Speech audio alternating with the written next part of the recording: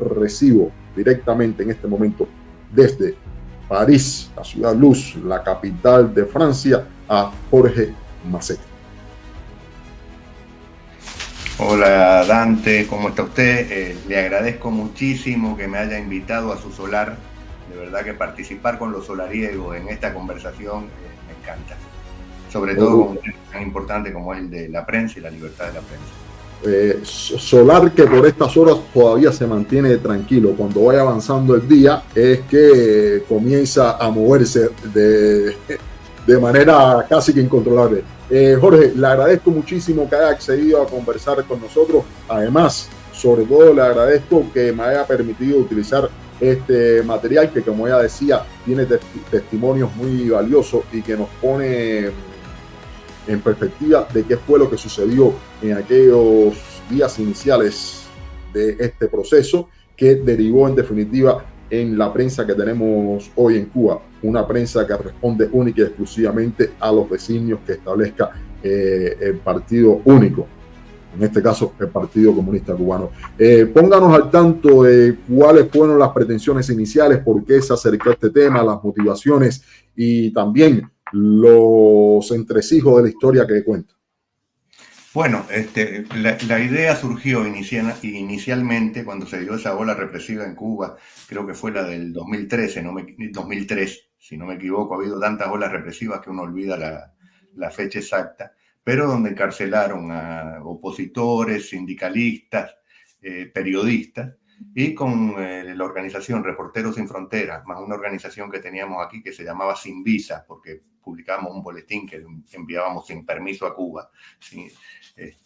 Surgió la idea de hacer una campaña por sectores, es decir, sobre los sindicalistas, sobre los periodistas, sobre las mujeres. Y en este caso, lo primero que pudimos obtener fue un mínimo de recursos, es decir, para pagar pasajes, etcétera. Y nadie pudo cobrar nada. Y además no se hizo con ese espíritu comercial. Así que le agradezco mucho, además, que lo difunda, porque es un documental que fue hecho para ser visto. Y en ese momento lo que nos motivó fue esos periodistas encarcelados y que había que lanzar una campaña por ellos. Iba a ser algo mucho más corto para que fuera más efectivo. Entonces, con ese criterio, viajé para Miami con la idea de buscar periodistas que estuvieran activos, cubanos, para lanzar una campaña por la libertad de los periodistas encarcelados en Cuba. Pero resulta que cuando llego allí me empiezo a encontrar, y debo decirlo gracias a la librería Universal de Salvat, que estaba en la calle 8 en aquella época, creo que ya esa librería no existe, allí fui buscando contactos, y allí me empecé a encontrar con viejos periodistas, otros me daban datos, y empiezo a conversar con ellos planteándole la necesidad de esta campaña. Y resulta que empiezo a ver que había una historia que nos había sido negada, o que no habíamos querido ver, que era la historia de esa prensa en Cuba. Porque en Cuba resulta que nos han cortado la historia de tal manera que todo pareciera que de la independencia caímos directamente en Fidel Castro y que en el medio lo que tuvimos fue una república corrupta y todo. Y resulta que no, que fue una república mucho más rica, que tuvo una prensa plural, independiente. Y cuando digo plural, pongo el acento en ello. ¿Por qué pongo el acento ahí? Porque en el documental vamos a ver desde la prensa anarquista que existía en Cuba, la prensa sindical, la prensa, como se llamaba uno de ellos, diario El Prensa Libre, que publicaba todos los... Y veo cómo esa prensa vital permitía que hubiera una sociedad también vital y creativa y que reflexionara por sí misma. Porque tenía el ciudadano la posibilidad de hacerse una opinión viendo todos los aspectos de la vida social. Por otro lado, también vemos que es verdad, en esa Cuba republicana tuvimos par de dictadorzuelos en el medio, Machado, Batista, otros que en su momento fueron populares y luego se convirtieron en dictadores, pero que en última instancia siempre, incluso bajo esas dictaduras, como es por el ejemplo de la dictadura de Batista, la censura no llegaba a los límites y la locura que llegó la de Fidel Castro, que fue el control absoluto de la prensa. En Cuba teníamos prensa comunista, prensa anarquista, prensa sindical, prensa conservadora, como era el Diario de la Marina, Y lo que sí lo caracterizaba, y lo vamos a ver con estos entrevistados, que ya en ese momento eran hombres mayores, estoy hablando, creo que lo hicimos el documental en el 2005, algo así, que ya eran hombres mayores, descubrimos una calidad de periodista que nos encantaría tener hoy en día. Por otro lado, algo que a mí me llamó la atención, a los verdugos, es decir, los que los habían obligado a irse de Cuba, porque los obligaron a irse de Cuba. Ellos lo van a contar, yo no me permito hablar con sus palabras.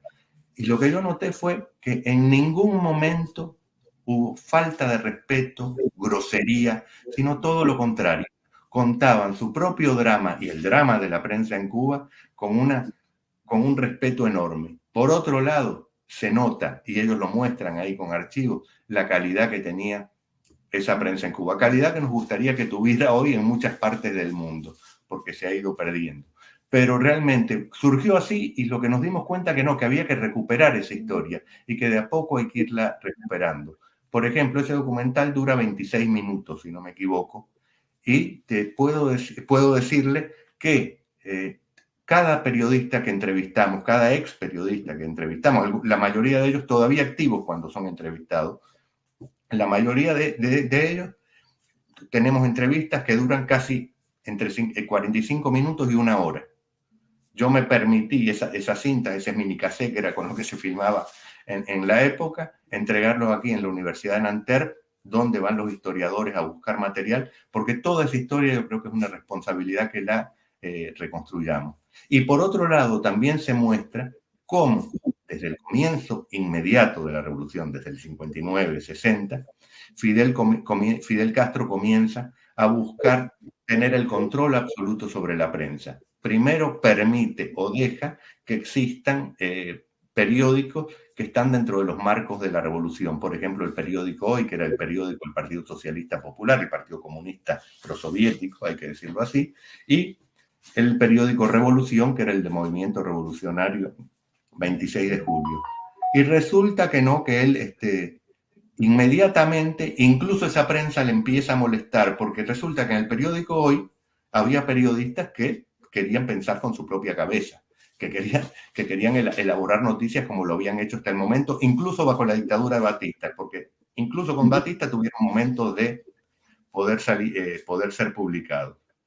Bueno, y ahí nos encontramos con que también, y hay que recordarlo, el periódico Revolución, por ejemplo, Carlo Franchi, que no aparece en el documental porque ya había muerto en ese momento, pero Carlo Franchi, que es el fundador del periódico Revolución, que era el periodista que desde la Sierra Maestra transmitía, es expulsado de Cuba, vergonzosamente, lo obligan casi a irse. Entonces, y se hace con esta cosa que se llama Granma, que podemos decirle periódico, por llamarle de alguna manera, pero que ni informa, ni permite el pensamiento libre y mucho menos la polémica. Sí. Sin embargo, usted no solamente se queda en ese momento inicial del cual sobrevino primero censura y después la exterminación, me permito la palabra, de la prensa tal cual como estaba funcionando hasta ese, sino que usted va más adelante y se acerca a cómo se inicia una nueva prensa en Cuba, la prensa independiente.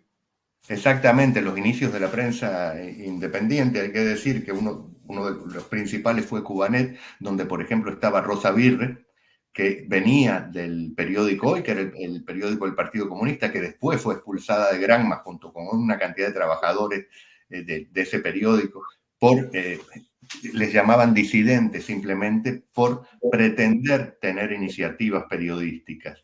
Ella, su compañero, luego otro que también estaba. O sea, Cubanet, increíblemente, es fundada por personas que habían sido expulsadas, habiendo sido ellos mismos miembros del Partido Comunista Prosoviético, el Partido Socialista Popular. Luego tenemos la entrevista desde La Habana de Raúl Rivero, que es formidable. Prefiero no dar nombre porque fueron tantos esos periodistas y además hoy lo estamos viendo también, esa prensa por suerte sigue existiendo. Para mí este documental también es un homenaje a 14 y medio y Giovanni Sánchez, que hacen la prensa desde Cuba, así como a todos los medios independientes que se están haciendo en este momento, por los que los cubanos ya empezaron a informarse. Y esa historia había que contarla. Y terminamos con la represión tremenda que se dio en ese momento, que podemos decir que hoy en día se ha acentuado. Primero, algunos los expulsaron del país. Raúl lamentablemente murió en el exilio. Sí, murió hace 3 años, el 6 de noviembre del año 2021. Murió Raúl Rivero en Miami. Claro. Es un homenaje a esa prensa también. Le agradezco que me lo haya recordado, porque de verdad es un homenaje a esa prensa, porque sabemos en las condiciones que nació y que todavía existe. Y lo repito, aquellos periodistas que están dentro de Cuba, que nos siguen informando, que permiten que hagamos nuestra actividad tanto de prensa y como disidentes también, realmente formidable. Es un homenaje al periodismo. El periodismo que tuvo Cuba, al periodismo que trataron de cercenar y que hoy en día sigue existiendo a pesar de la represión. Usted dice que es un homenaje al periodismo y quiero acercarme un poco a nuestros días. Este homenaje al periodismo significa de alguna manera no solamente poner en perspectiva lo que vivió el periodismo cubano en aquellos tiempos, sino también poner en perspectiva el peligro que pueda suponer hoy en día ciertas actitudes autoritarias con relación al periodismo que se practica en las democracias occidentales. A mí en este momento me preocupa sumamente cómo vemos, por ejemplo, está clarísimo cómo han cercenado la prensa, por hablar, por ejemplo, de Latinoamérica. El señor Ortega, Díaz-Canel, bueno, ¿para qué hablar de Maduro en Venezuela? ¿Cómo tratan de controlar la prensa? En Cuba es el país donde más controlada está. En Nicaragua ya están llegando esos límites y en Venezuela, por supuesto, también. Y vemos eso. Pero por otro lado vemos que otros extremos, por ejemplo, me refiero al señor Bolsonaro en Brasil, al señor Milei, que se declaran de derecha y libertarios, además, porque se pone de moda que se hagan llamar libertarios la extrema derecha, también atacan a los periodistas y a la prensa cuando no le es servil. También lo estamos viendo aquí en Europa, cuando vemos, por ejemplo, una Marine Le Pen aquí en Francia, que se dice que es de extrema derecha, ya dice que no es de extrema derecha, pero es un partido de extrema derecha, que también en todas sus conferencias ataca a aquellos periodistas que no le son serviles. También vemos en Francia, por ejemplo, Jean-Luc Mélenchon de la extrema izquierda, que también ataca a la prensa. Esos extremos, esa polarización que se produce en la sociedad, lo primero que busca es afectar la prensa. Cuando, por ejemplo, y me permito decirlo, algo último que ha sucedido, en Estados Unidos Donald Trump pierde un debate. No lo digo yo, lo dicen las estadísticas y el sentido común cuando uno ha visto el debate. Yo a las 3 de la mañana estaba viéndolo y de entrada se vio que estaba perdiendo. Y resulta, ¿quién tiene la culpa de que haya perdido el debate? La prensa. Cuando uno ve esos ataques hacia la prensa de personalidades políticas, de candidatos a presidencia, de presidentes, como lo hace Milei, como lo hace Bolsonaro, como lo hace Maduro, finalmente es la necesidad o el proyecto de una sociedad autoritaria dirigida por ellos solos. Y yo creo que en ese sentido hay que ser muy cuidadoso. Porque yo, si fuera norteamericano, después de ver las acusaciones y los ataques que hace Trump a la prensa, voto por demócrata. No es mi caso, yo voto aquí en Francia. Por supuesto, no votaría jamás por Marine Le Pen ni por Jean-Luc Mélenchon. Pero vemos que la prensa está en peligro cuando vemos a esta gente que tiene poder, que pueden ser mandatarios y solamente aceptan aquella prensa que les servir o que está doblegada. Jorge, le agradezco muchísimo que se haya acercado al Solar y que nos haya puesto al tanto de cómo fue que se creó este documental, cuáles eran las intenciones y que también en lo adelante, cuando ya tenga cocinado cualquier otro proyecto audiovisual que nos quiera compartir, pues nada, lo haga. Tiene las puertas abiertas del Solar. Por supuesto que lo haremos, le agradezco nuevamente y desconfiemos de aquellos que ofenden, atacan a la prensa y a los periodistas, porque detrás de eso hay un proyecto autoritario. Muchas gracias. No, gracias a usted, Jorge, y le deseo un feliz fin de semana.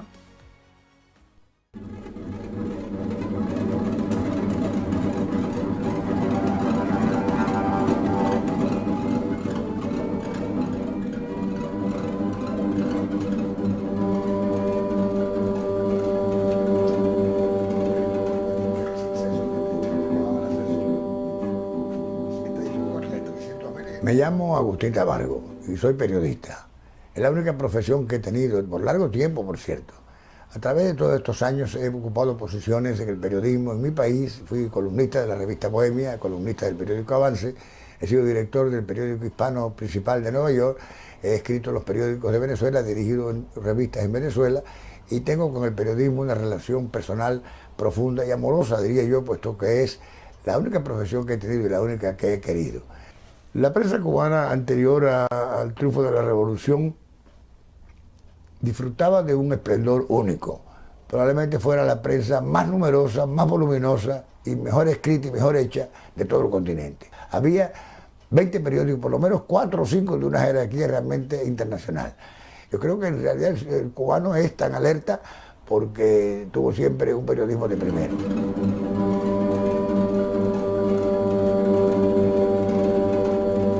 Los editoriales del diario La Marina, en fin, y las columnas, los columnistas, en fin, tenían todo tipo de ideas. En fin, nosotros teníamos en el staff del diario La Marina a un Jorge Mañach, que era un hombre totalmente opuesto a las ideas conservadoras del diario La Marina, pero era un individuo que todo el mundo respetaba como hombre de cultura.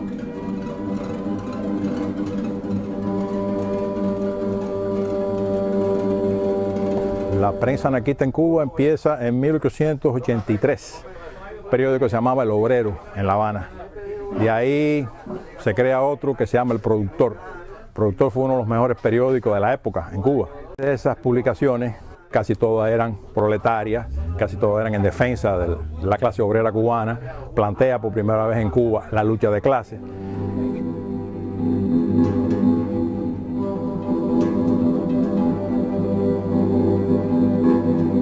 El periódico yo lo leía cuando niño en la calle junto al País, a Información, Alerta, decenas de periódicos que existían entonces en La Habana, y el periódico hoy en general tuvo mayoritarias etapas donde no fue excluido de circulación, donde no fue negada su posibilidad de circular y de ser impreso.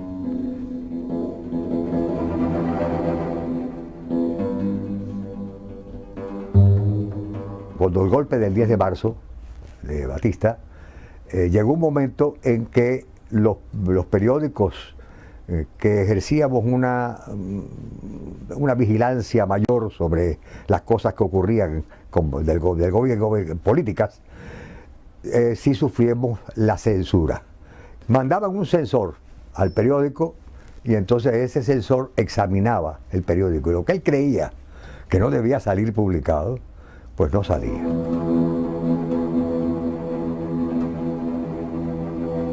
Hubo periodos en que hubo censura, pero en general había libertad de prensa en Cuba y funcionaba. Aún en los peores tiempos de la censura, pues por ejemplo, nosotros seguíamos trabajando, cubriendo las noticias. Cuando terminaba la censura, publicábamos lo que la censura impidió publicar y salía todo lo que había ocurrido. Cuando estaba el gobierno de Batista en el poder y era la dictadura feroz que denunciábamos, se escribía y se decía todos los horrores de los jefes policíacos, de los ministros ladrones, de los funcionarios abusadores, de los crímenes en las cárceles, etcétera, y se leía en todas partes, en el último central azucarero, en todas partes. Batista permitía hasta cierto punto el Solidaridad Gastronómica, que era un periódico dirigido a los gastronómicos, pero que dentro de esa dirección iban orientaciones anarquistas, es decir, a veces se pasaban por debajo de la mesa algunas cosas que a veces la misma censura no le hacía mucho caso. Yo dije que el gobierno de Batista, que la dictadura de Batista toleraba la prensa hasta donde podía. Cuando no podía, imponía la censura. Durante un largo periodo, el periodo de la dictadura, hubo 3 periodos de censura, a veces de mes y medio, a veces de menos de un mes. Cada vez que había una crisis, el levantamiento de Cienfuegos, el desembarco del Corintia, el desembarco de Fidel Castro, por supuesto, había una censura. Después que la censura terminaba, se abría el banderín y, como se dice, y se escribía de todo con entera libertad y se ponían todas las fotografías que se habían reservado de todos los hechos que habían ocurrido durante la censura. Ese jefe de la policía, Pilar García, mira la gente que torturaba y que también, los muertos también. Mira qué libertad de Batista. Batista estaba ahí, nada más que quitó la censura, mira lo que había. El Guaycuría. Perdón. Mira eso, los horrores, las cosas. Basta ya de violencia inútil. Era la protesta de la revista. Todo lo que no nos dejaron publicar, mira eso. Y eso todavía existía el gobierno, no se había caído. Había periódicos que eran simpatizantes del gobierno de Batista. Eso manipulaban la información de otra forma. Pero la mayoría de los periódicos era objetivo, vamos a llamarle así. Y se publicaban los hechos tal y como eran. Por ejemplo, el asalto del Moncada, yo lo cubrí también. Yo estuve dentro después que ocurrió el asalto, desde luego. Y entrevisté a los que habían participado, y las fotografías que salen en Bohemia donde está Fidel Castro preso, esa la saqué yo con el fotógrafo que estaba trabajando conmigo. Yo tuve bastante valor al decir cosas contra el gobierno de Batista que entendía que eran justas y que respondían a un sentimiento nacional. Eso me costó que en un momento determinado los aparatos policíacos de Batista empezaron a perseguirme y me tuve que exilar. Me fui a la América del Sur, me asilé en la Embajada de Chile. Bueno, yo conocí a Fidel Castro desde la Universidad de La Habana y después en la Sierra Maestra estuve de un tiempo allí con él, y en el campamento del Che Guevara también. La famosa entrevista que le hizo el periodista Herbert Matthews del New York Times a Fidel Castro se publicó. A Fidel Castro el gobierno de Batista había dicho que estaba muerto, que había muerto en la Sierra Maestra, y la entrevista de Herbert Matthews lo resucitó. Después vino la mía, donde él cuenta su plan de gobierno. Eran democracia, libertad, elecciones inmediatas, derechos humanos, que no iba a haber ningún exiliado, que más nunca en Cuba iba a haber exiliado, ni iba a haber censura de prensa. La prensa de Cuba ayudó mucho a Fidel Castro porque sus declaraciones, lo que él planteaba, pues se publicaban.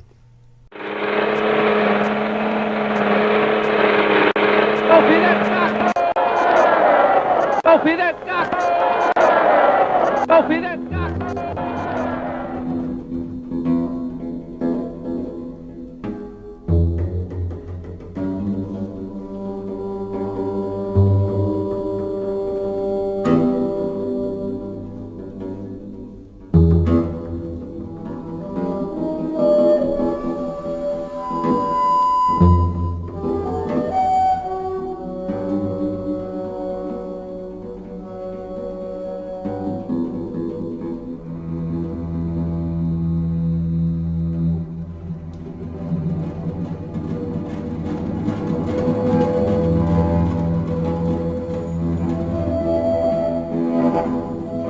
Regresé en el avión en que vinieron todos los exilados, entre ellos gente muy conocida y muy querida, como los familiares de los padres de Che Guevara, en aquel tiempo personas para nosotros reverenciadas, periodista Jorge Massetti, que después murió, Conte Agüero, Nicolás Guillén.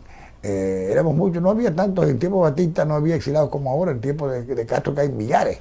Todos los que yo vi en el Perú eran 20 o 30, y los que vi en Chile eran 15, y los que vi en Argentina no llegaban a 2 docenas. Sin embargo ahora en cualquier lugar hay miles de ellos.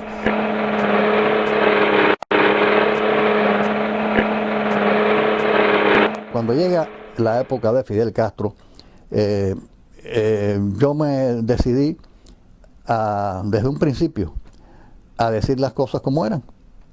Cada vez que había alguna declaración de Fidel Castro que pudiera inquietar a la opinión pública, como la reforma agraria, que unos estaban a favor, otros en contra, pero calladamente, en fin, porque nadie se atrevía, de los que estaban en contra de la reforma agraria, nadie se atrevía a decir públicamente nada en contra, porque todo lo que se dijera en contra de Fidel Castro no lo toleraba.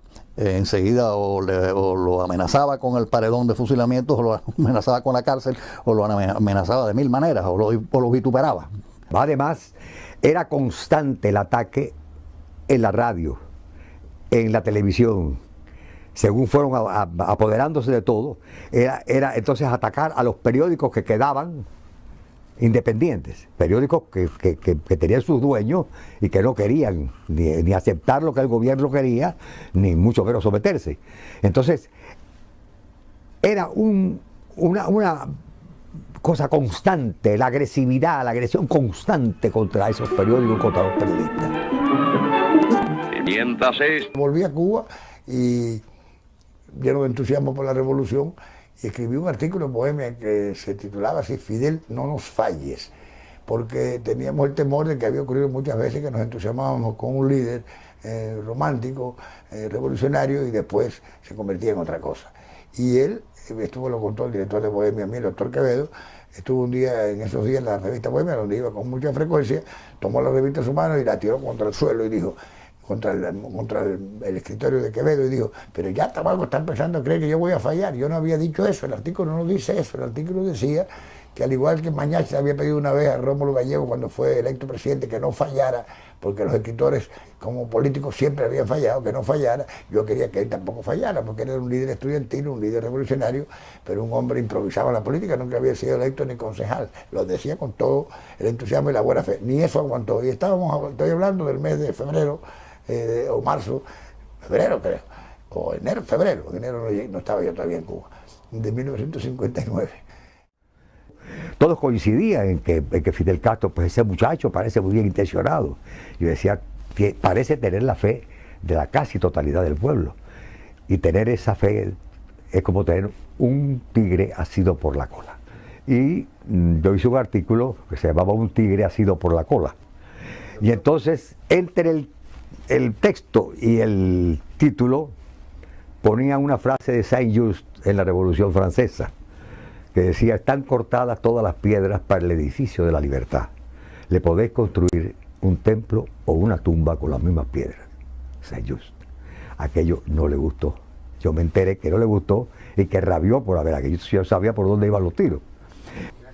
En el 59 empezaron los problemas, se empezaron a crear una serie de conflictos entre el gobierno revolucionario, muy influenciado por el marxismo en aquella época, y el año 60. Hubo, no precisamente en esa época, una persecución, pero sí se censuraba, porque nadie, donde tú ibas a hacer la imprenta no te quería publicar, tenía miedo, no había papel, tenía miedo de publicar algo que fuera anarquista. Tenía que entrar muchas veces en el periódico rodeado de personas gritándome, como en fila india, o en redondel indio, ¿entiendes? Y yo en el centro casi no me dejaban ni entrar en el periódico, pero el edificio del Diario de la Marina, todos los días pasaban multitudes de personas gritando, Pepinillo, paredón, Pepinillo, paredón, Pepinillo, paredón. Pepinillo es el diminutivo, como usted sabe, de Pepín.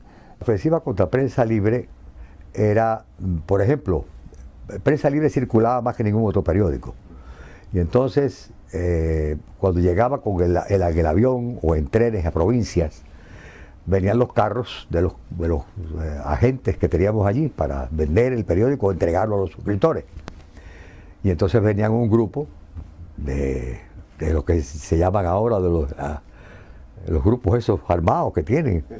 Sí, entonces venían y volcaban el periódico, encendían el periódico, entonces quemaban el periódico, pero no quemaban el periódico solo, traían el periódico, la revista Life, traían el New York Times, traían periódicos americanos y entonces hacían una pira, y en la pira decían, aquí están los periódicos que se oponen a la revolución, periódicos del imperialismo y Prensa Libre. Y esas quemas se produjeron muchas veces, de Prensa Libre, del Diario La Marina, de Avance, que también peleó lo que pudo, y entonces de otros periódicos también. Prensa Libre y el Diario de la Marina murieron por Cuba. Las dos últimas publicaciones anarquistas que quedaron libres en Cuba, hasta el año 61, fueron el Solidaridad Gastronómica y el Libertario. Sí, es cierto, fueron las últimas publicaciones libres, así que decían lo que querían, hasta el año 61, principio de 61, para ser más exacto. Las turbas me dijeron que se estaban acercando y entonces fue que nos pudimos escapar de ahí del periódico y meternos en la embajada de Panamá. El Prensa Libre lo cerraron en el año 60, al principio, el 17 de mayo, el 20 de mayo, que es la fecha patria nuestra, fue que yo tomé el avión, que me llevaron al avión, todos estos señores de la seguridad del Estado. No es ninguna hazaña haber silenciado la prensa anarquista en Cuba, aunque fuimos los últimos, eso no fue ninguna hazaña. En Cuba, toda la prensa pasó a la historia.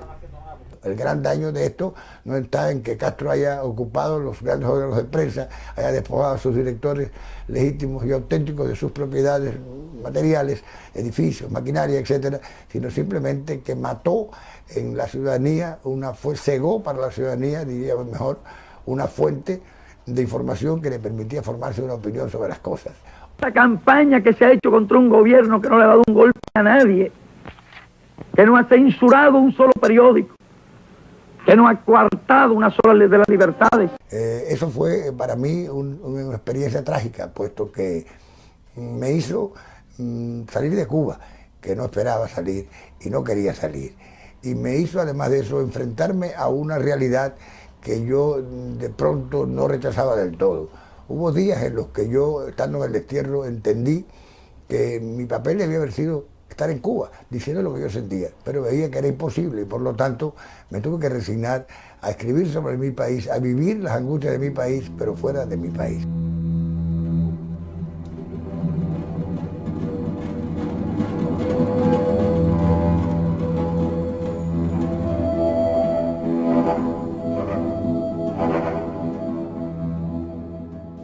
Ya la prensa independiente estaba aniquilada. Los periodistas que no se doblegaron se vieron obligados a partir. Ya el Estado, el partido y el máximo líder tenían bajo control a todos los medios de comunicación cubanos.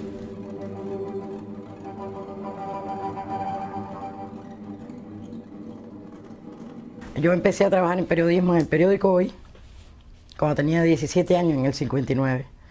Fidel Castro, por ejemplo, yo recuerdo que visitó en aquellos tiempos al periódico Hoy y lo visitaba sorpresivamente. Llegaba al periódico después de que él había hecho un gran discurso digo por las horas, no por el contenido, sino por las horas en que había durado aquel discurso. Y él visitaba el periódico y entraba en el taller, se paraba en la primera plana y decía muy bien la primera plana, miraba el cintillo y siempre hacía alguna sugerencia y el cintillo se cambiaba por las sugerencias de él. El periódico defendía en las líneas más puras, entre comillas, del pensamiento marxista en esa época. Y el periódico Revolución parecía representar más una corriente de pensamiento nacionalista que venía de las raíces del surgimiento del 26 de julio. Se hablaba de que el periódico Hoy iba a ser el que iba a quedar como representante del pensamiento de la revolución cubana. Raúl Castro había declarado al periódico Hoy como el órgano oficial. Y un buen día Fidel Castro se apareció allí y nos reunió a todos los trabajadores, nos mandaron a reunir y él declaró que iba a suceder una fusión de ambos periódicos y así nos enteramos nosotros que surgía el periódico Granma. En el inicio de esa fusión, las corrientes de pensamiento en el periódico eran diversas, no se lograron nunca controlar, en el marco de la vida partidaria y en el marco del ejercicio del periodismo.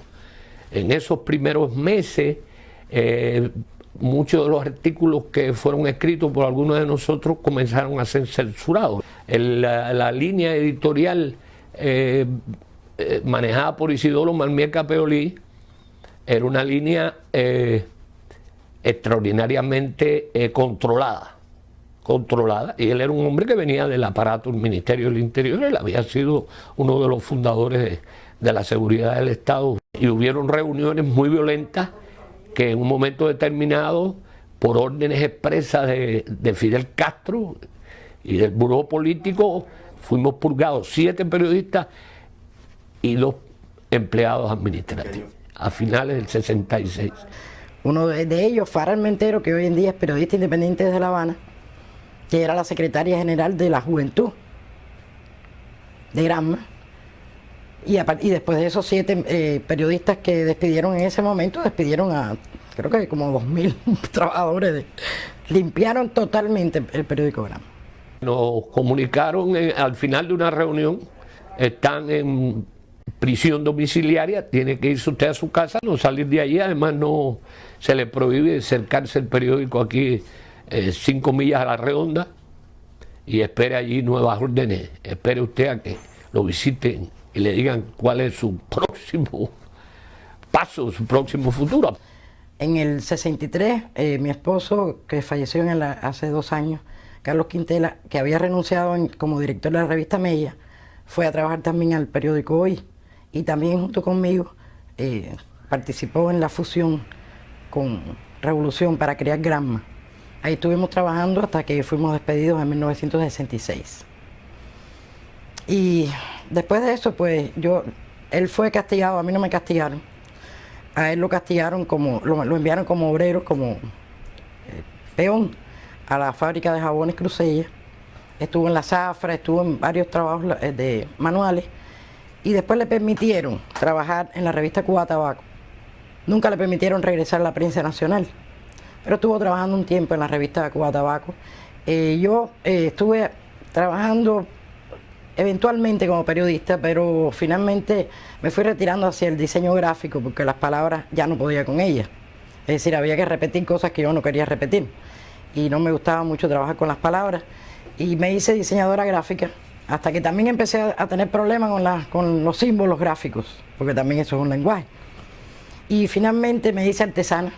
Nosotros vivíamos en esa época en Santo Suárez, en la calle Libertad, y frente a la casa había una casa de seguridad del Estado que ellos hicieron bien visible para asustarnos, supongo. Y entonces cambiaban los turnos, traían las cintas para cambiar las cintas, y entonces grababan todo lo que se hablaba en la casa, lo que se hablaba por teléfono. Esas grabaciones se las sacaron a mi marido muchas veces en los interrogatorios, llamadas reuniones, que cuando lo citaban, le sacaban las conversaciones esas que grababan ellos frente a la casa. Ponían una posta en la esquina, es decir, era obvia la vigilancia. El destino fue sencillo, el destino fue, me terminé trabajando en la litográfica de La Habana como operario de la máquina de repelado, y además pues que era la guillotina la que repelaba el papel, y además pues obligado a trabajar durante aproximadamente 4 años, quizás un poco más, en trabajo, por ejemplo, en las canteras Novoa, en Isla de Pino, vagoneando concreto, y excluido de toda actividad directriz, y para que aprendiera a tener conciencia de clase, pues trabajando en los peores trabajos obreros a los que me pudieron enviar, sin dejar de perseguirme en ningún momento, y sin dejar de hacer un informe mensual de mis actitudes. Esa es la historia más o menos sucinta. Yo lo que sí te puedo decir es que nosotros, y no por casualidad no se hizo público aquella expulsión de aquel grupo de periodistas, aquellos 7 periodistas del periódico Granma, no se hizo público porque realmente allí hubo una purga de 7 periodistas que comenzaban a reclamar el derecho, aún dentro del contexto de las fuerzas revolucionarias, a pensar con su propia cabeza. Ahora no se puede pensar nada, crear nada, concebir nada, sino simplemente seguir los dictados que manda el déspota. Y por supuesto eso es lo que ha producido en el periodismo ese sahara que hay de ideas y de información incluso, que se padece en Cuba y que tiene al ciudadano totalmente desinformado.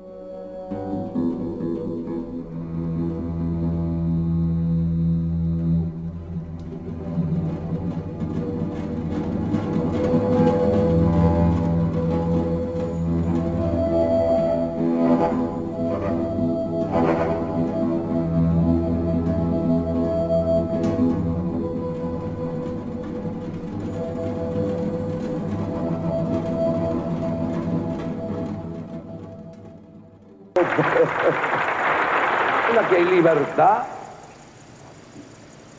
hasta de hablar, aunque eso no se lo cree mucha gente. En la prensa me refiero. Hay libertad de hablar. Yo estoy hablando aquí.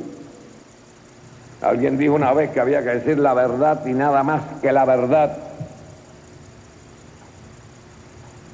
aunque no siempre es necesario decir toda la verdad. Pero lo fundamental que quería decir, que para amigos y enemigos de todo lo que he dicho aquí, lo oficial es lo que salga en el periódico Granma. Por eso se llama órgano oficial de nuestro partido. Aunque yo no renuncio a nada de lo que dije aquí, porque lo que salga oficial arreglado en el periódico, en redacción, es lo que salga en el periódico es el concepto oficial.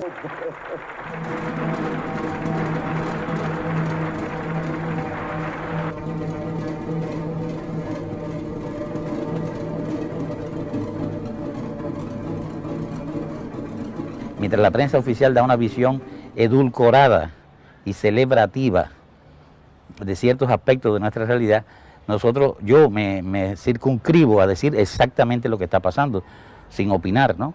Es decir, simplemente exponiendo los hechos. Estoy haciendo un periodismo de hechos en ese plano, es decir, en el plano informativo.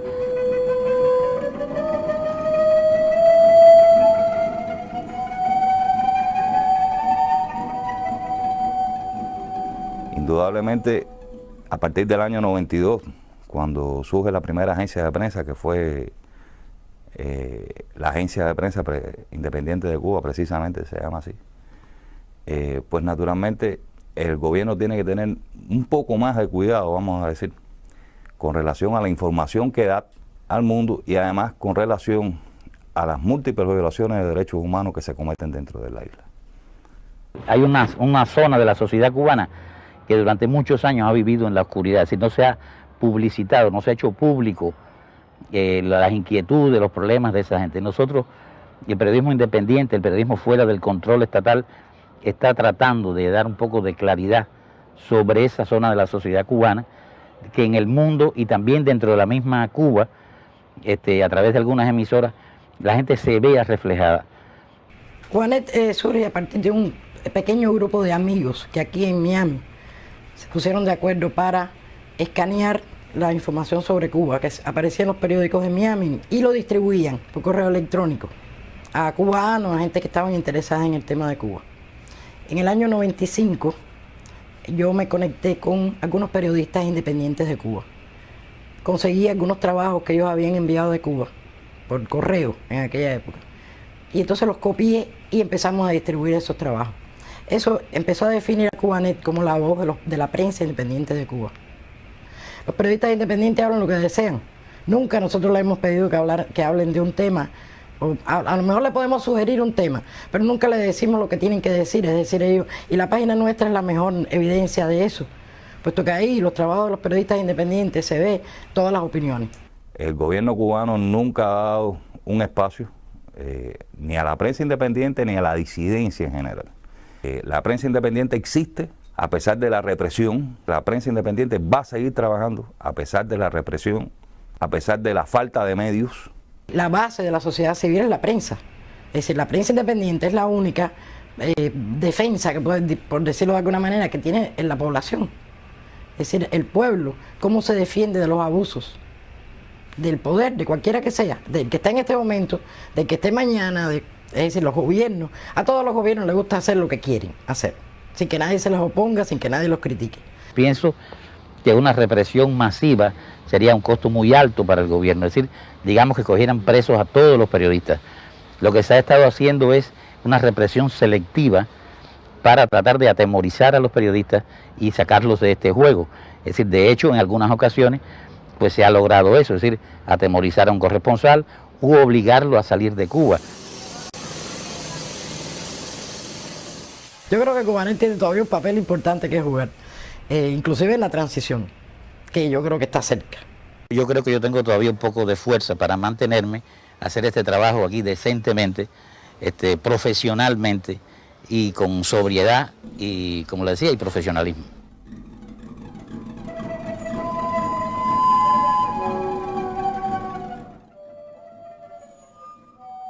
Junto a Raúl Rivero, otros 25 periodistas independientes también fueron condenados a penas que van de 14 a 26 años de privación de libertad, convirtiendo así a Cuba en la mayor cárcel de periodistas en el mundo. Otros continúan trabajando, siempre bajo una estricta vigilancia policial y la amenaza constante del poder castrista.